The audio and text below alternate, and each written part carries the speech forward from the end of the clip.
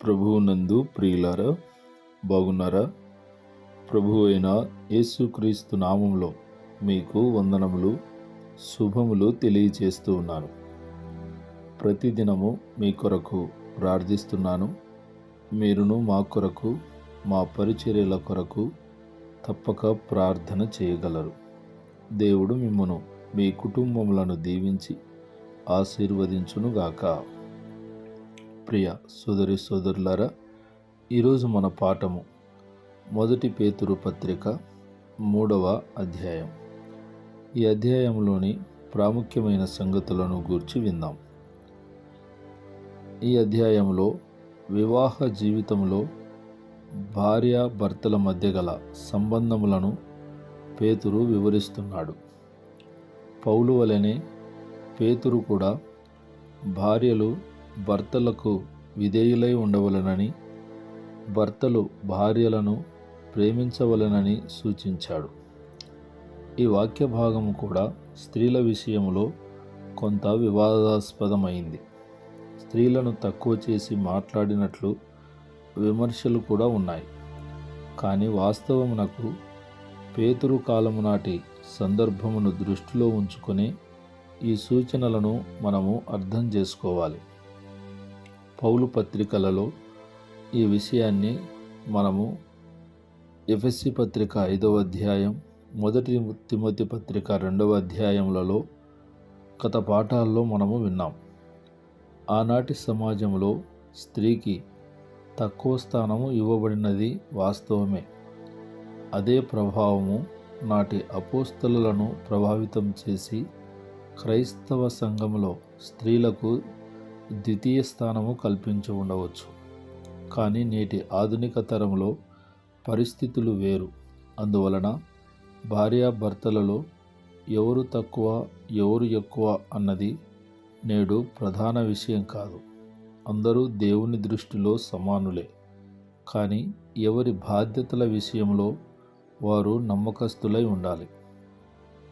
అయితే ప్రియులారా, పేతురు ఆనాటి స్త్రీలకు ఇచ్చిన కొన్ని సూచనలు: స్వపురుషులకు లోబడి ఉండాలి, పవిత్ర ప్రవర్తన గలవారై ఉండాలి, తద్వారా తాము అవిధేయులైన భర్తలను సైతం మార్చుకోవచ్చును. బాహ్య అలంకారమునకు ప్రాధాన్యతనివ్వరాదు, అనగా జడలు అల్లుకొనుట, బంగారు నగలు పెట్టుకొనుట, వస్త్రములు ధరించుట మొదలగు వెలుపటి అలంకారమునకు ప్రాముఖ్యత ఇవ్వరాదు.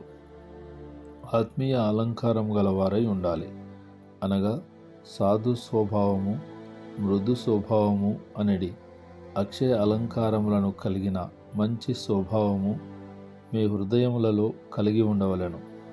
అవి వ్యక్తికి నిజమైన ఘనతను చేకూర్చును. పూర్వపు స్త్రీలను పోలి తమ భర్తలకు లోబడి ఉండుటను అలంకారంగా కలిగి ఉండవలెను. దానికి మంచి ఉదాహరణ శారా అబ్రహామునకు లోబడి ఉండుటను ప్రస్తావించి అట్టి స్త్రీలను మాదిరిగా గైకొనవలనని సూచిస్తున్నాడు.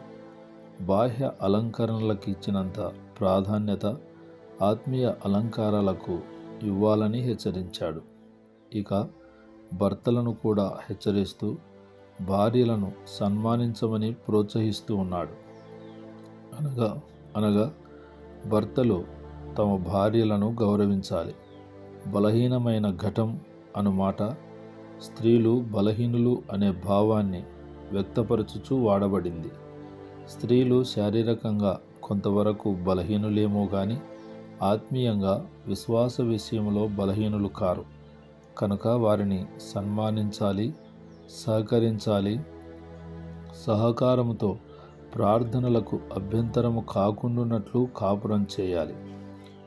అయితే ప్రియులారా, క్రైస్తవ జీవిత లక్షణములను గూర్చి క్రైస్తవుని జీవితంలో కలిగి ఉండవలసిన కొన్ని లక్షణాలను గురించి పేతురు రాస్తున్నాడు. మీరందరూ ఏకమనస్కులై ఉండుడి.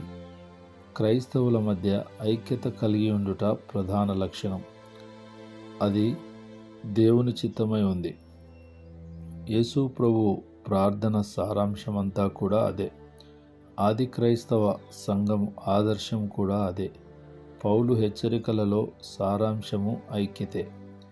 అయితే క్రైస్తవ సోదరి సోదరులు ఐక్యత కలిగి ఉండాలన్నది నూతన నిబంధన ప్రధాన అంశంగా చెప్పబడింది.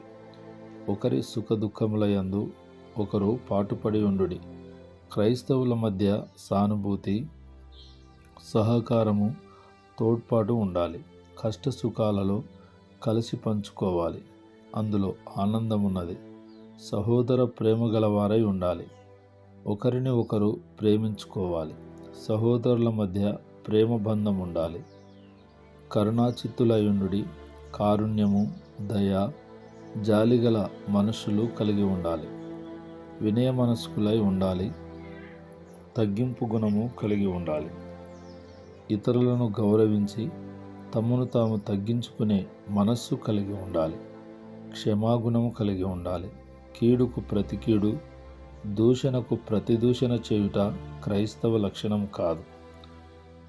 కీర్తన 34లోని సారాంశమును ప్రస్తావించి తన వాదనను పేతురు బలపరుస్తూ ఉన్నాడు. పేతురు క్రైస్తవులు మంచి ప్రవర్తన గలవారై ఉండవలనని బోధించాడు.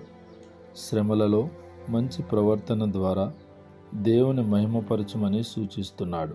మంచి విషయంలో ఆసక్తి గల వారికి హాని చేయుటకు ఎవరూ సాహసించరు. నీతి నిమిత్తము శ్రమపడినను ధన్యులే. అందువలన హింసించు వారి బెదిరింపులకు భయపడనవసరం లేదు. నిర్మలమైన మనస్సాక్షిని కలిగి ఉండాలి. మన నిరీక్షణకు హేతువగు ప్రతివానికి సాత్వికముతో అనగా మంచితనముతో సమాధానం చెప్పాలి. హృదయములలో క్రీస్తును ప్రతిష్ఠించాలి. అప్పుడు మన సత్ప్రవర్తనను చూచి నిందించేవారు సిగ్గుపడదురు. కనుక కీడు చేసి శ్రమపడుట కంటే మేలు చేసి శ్రమపడుటలో ఓ అద్భుతమైన దీవెన ఉన్నది. ప్రియులారా, మరికొన్ని సంగతులు రేపటి పాఠంలో మనము విందాం. ప్రార్థన. జీవము గల దేవ, పరిశుద్ధుడా, మీ ఘనమైన శ్రేష్టమైన నామమును బట్టి మీకు స్తోత్రములు. ఈ మాటలు ప్రతిదినము శ్రద్ధ కలిగి వింటున్న మా ప్రియ బిడ్డలను, వారి కుటుంబములను దీవించి ఆశీర్వదించమని ప్రార్థిస్తున్నాను. చెప్పుకోలేని సమస్యలతో, బలహీనతలతో బహుబాధపడుతున్న బిడ్డలపై మీ కనికరము చూపి ముట్టి స్వస్థపరిచి మీ నామమునకు మహిమ కలిగించుకునమని యేసు నామములో ప్రార్థిస్తున్నాము తండ్రి. ఆమేన్, ఆమేన్, ఆమేన్.